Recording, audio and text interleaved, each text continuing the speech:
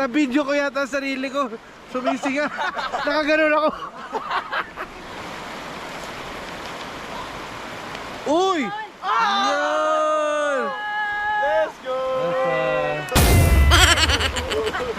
Napakaganda ng bundok ng Kabanggan. Talaga? At ang tubig ng Kabanggan. Talaga?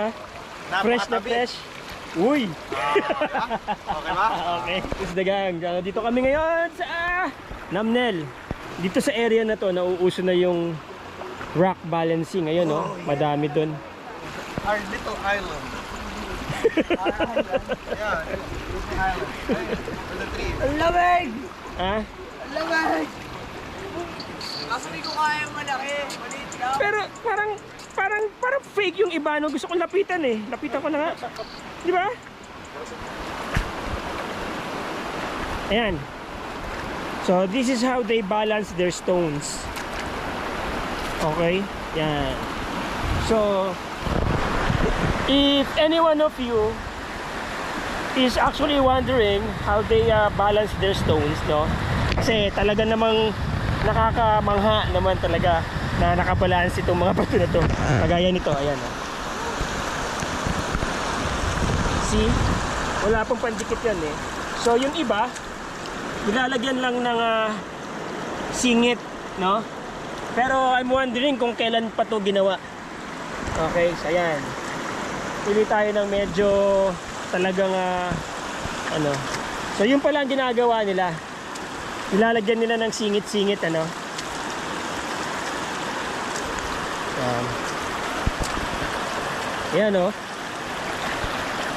So binalansin nila itong bato na to. Binalansin niya itong bato na to, tapos nilagyan niya ng singit doon. Kaya kapag tinanggal ko yung singit na yan, itong binara niya na yan, matutumba yung bato. Pero again, yun nga, di ba? Kung iisipin mo, kailan pa nakatayo yung mga bato na yan dito? Di ba? Tignan nyo, hindi natutumba. Oh. Ayan, oh, kagaya nito. Tingin tayo ng mga medyo parang pinakamahirap na nagawa. Ito mukhang mahirap din to eh. Ano kaya nilagay? Baka naman sinementohan. Ah, hindi. So may mga singit-singit kung mapapansin nyo. Ayun, oh. Yan, ilawan ko ng relo ko. Yan. May singit, di ba? May mga nakasingit na maliit na bato. So yan, mga rock formations. Mga rock balancing, ano. Siguro this can be also considered as an art, di ba? Binabalanse nila yung mga bato. Right? So yun. So tingin tayo ng pinakamahirap na binalanse dito. Yun. Yun natin yun. Ito, ang laki, oh. Ito mo.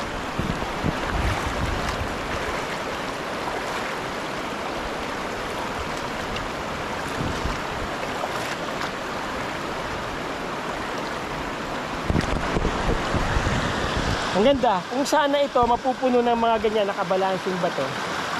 Tapos let's say na-survive nila yung season na umabot sila ng summer, andyan pa rin sila. Marang dami nakabalancing na bato dyan. Maganda tignan, ano? Pero ang problema, pagdating ng summer, sigurado ako, pera kasi itong mga armor rocks eh. Kakalkalin na naman nila yan. Yan pa. Yan, oh, dami. Yun, no? Okay, dito ah. Kaya natin. Alright. Okay. Diba? Nice. Ayan ah.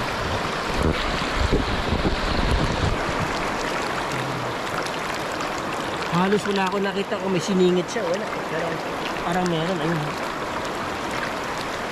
Ayan. Kailan, yun nga, I'm wondering kailan kaya ginawa to, no? Kasi kung malakas ang hangin kahapon o humangin ng malakas, matutumba kaya to? Diba?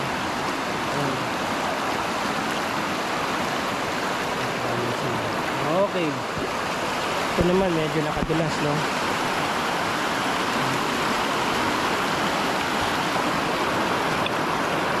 So, pipili ka talaga ng spot para maitayo mo siya. Hindi yung basta-basta ka na lang maglalagay, di ba? So, yung mga tao na gumagawa nito, deep inside them, talaga meron silang patience. At saka, meron silang ano, yung kanilang artistic mind mas prominente.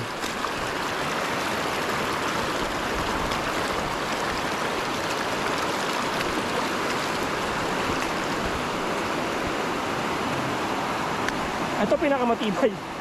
Ito pinakamagaling. Oh, di ba? Daming singit. So ayan, medyo matibay talaga yung pagkakalagay niya, di ba? Pero this one,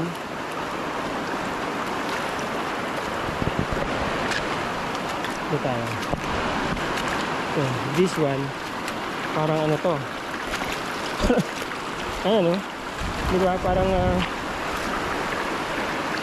pag tinamaan ng hangin to malakas, matutumba. Pero malakas yung hangin nung nakaraan eh.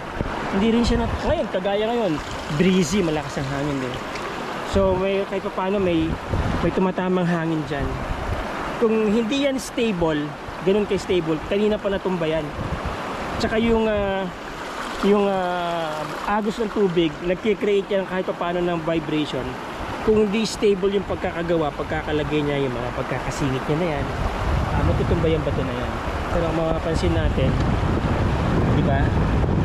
Pero pag tinignan mo sa malayo, pag wala yung mga singit na yan, it doesn't make sense. So, nung lumapit ako, nakita ko may mga singit-singit, then that makes sense na kung bakit tinignan tayo. But still, syempre, it's an art. It's something na it takes a skill and talent to do that. Alright? So ano nga ba ang psychology behind sa rock balancing, 'di ba? Ano bang psikolohiya sa likod ng pagbabalanse ng mga bato? Kagaya yan, no? Ako tingin ko it relieves someone from stress. So it helps you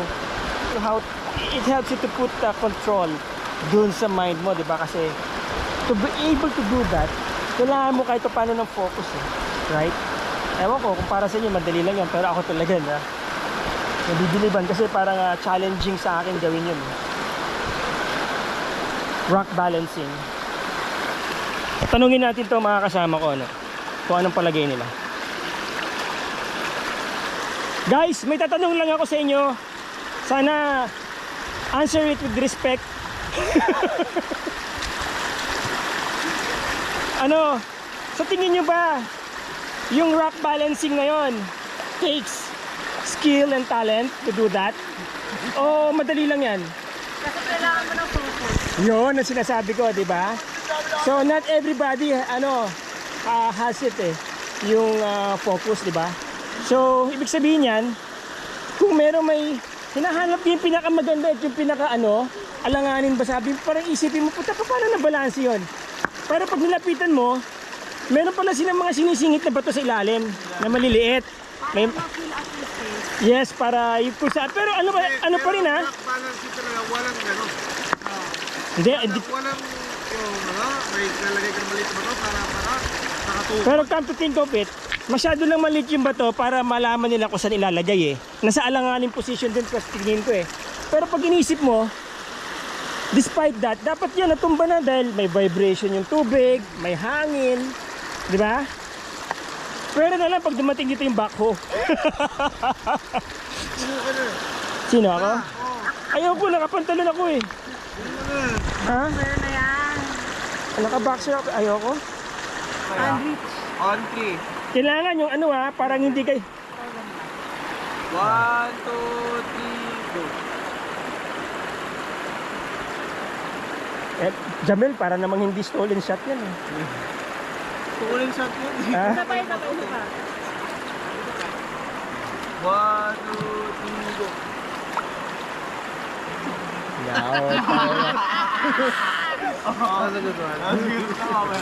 Taas ng confidence mo, bro ah.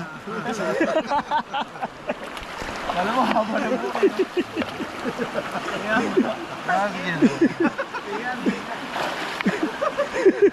Ayan. Patingin, patingin.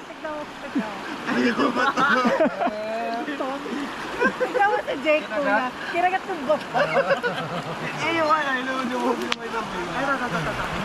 Tatlo agad eh. So okay guys, may contest kaming gagawin ngayon. Ito yung daddy niya, si Jamel, may contest no. Na, ayan, ang tawag dyan, J-Rock Balancing. Ito ang literal na human Rock Balancing. Ngayon, lalabanan niya yung mga nandoon, di ba? Yun nandun. Hindi siya aalis dyan. Kailangan, pag may Pag nahulog yun, pwede na panalo siya. Oo. Oo, di ba? So, pag may natumba doon na isa, Jamel, panalo ka. Ha? So, gusto mo manalo? Okay, sabi mo yan, ha? Hanggang bukas ka dito. Mahusay ka magdisiplina ng anak mo, bro. Oh, di ba? Ayan. Kasi challenge yan eh. Ha? Cobra, malakas na. Pick mo lang yung stone na kaya mong ibato.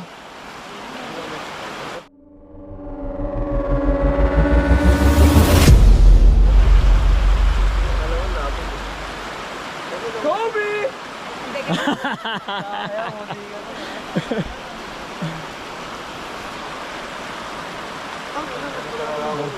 Masakit? Bong! Kasi yung tsamba mo at saka yung asinta mo, pareho lang. Narinig yan. Guys, Huwag mo yung asintahin. Tsambahan mo na lang. O, di ba? O, see? Sino ka maganda yung pwesto natin eh? Kasi may shield eh. Tatlong bato, sakto sa ano. Sa likod. I'm good. You're good. Sounds natin. Lobat. O, isa pa. Pag tinamaan ko sa tatlong bato, ibig sabihin hindi tsamba yon. Accuracy mo yun. So guys, tatamaan niya daw. Tatlong ba to? Hindi, kasi tatlong bato ko, hindi tatlong bato nakatayo. My bad. Sundan mo pa ganun lang. Alright.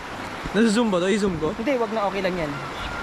Paano niyo mabibidyoan to? Basta ganun mo, yan. Naka ano ba? Oo, Nakapula, di ba? May pula. Hindi ko na i-zoom. Hindi na, walang zoom yan. Paano makikita yung bato? Magaling yan. Sinusundan niyo yan. Hindi, I-edit niyo po. I-edit niyo. Alright. Bet.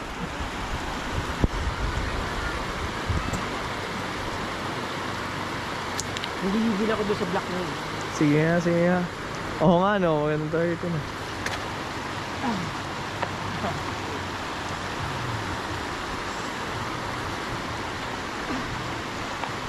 Oy! Mundikan! Ha?